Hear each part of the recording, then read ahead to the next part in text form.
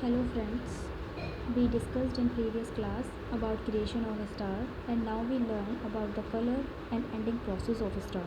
Okay, so it is depend on their surface temperature.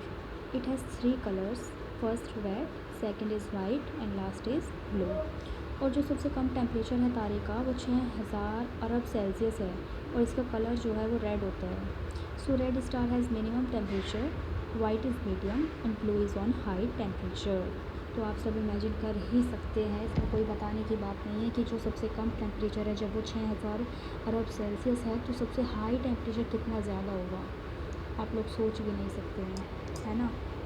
So now we learn the ending process of star.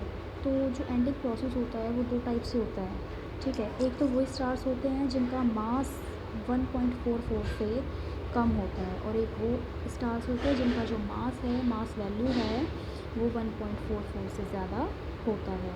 Okay ना. So if the initial mass of the star less than 1.44 ms, so its end its life as a white dwarf star, also known as fossil stars or जीवाश्म तारा. White dwarf star ultimately turn into a black dwarf star. तो जो white dwarf star है ना वो black dwarf star में बदल जाता है.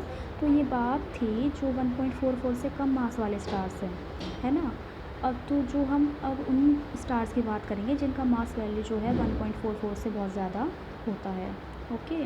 So after the red giant phase, ये जो आप देख रहे हैं रेड जाइंट, तो red giant phase the future of star it's depend upon the initial mass of the star. Okay, now the helium star converting into carbon and carbon into heavy metal like iron in the core, so the result into the massive explosion of star is known as supernova.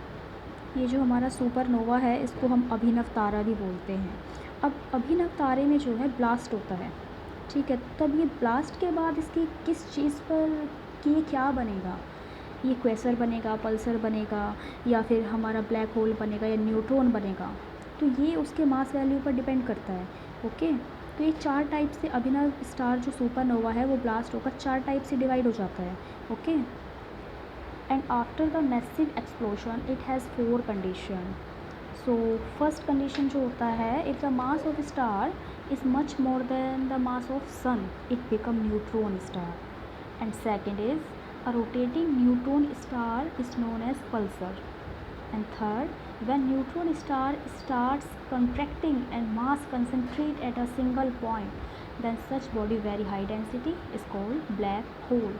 तो जब सन से भी ज़्यादा मास point हो तो वो neutron बन जाता है और न्यूट्रॉन स्टार बहुत हाई स्पीड पर रोटेट करने लगे, सो इसको पल्सर कहने लगते हैं. जब एक सिंगल पॉइंट पर न्यूट्रॉन स्टार कॉन्ट्रैक्टिंग होने लगता है और इसका मास जो है कंसनट्रेट हो जाता है तो इसे हम ब्लैक होल के नाम से जानते हैं. और ये ब्लैक होल बहुत ज़्यादा हाई डेंसिटी का होता है. इसके एक चम्मच मिट्टी का वज़न आप लोग इमेजिन कर सकते हैं जैसे 10 हाथियों के वज़न के इक्वल ही होता है, ठीक है. So we discussed detail about a black hole then in the next video. If you're interested in my video, so please like, comment, share and subscribe please it. Thanks for watching dear. Goodbye friends.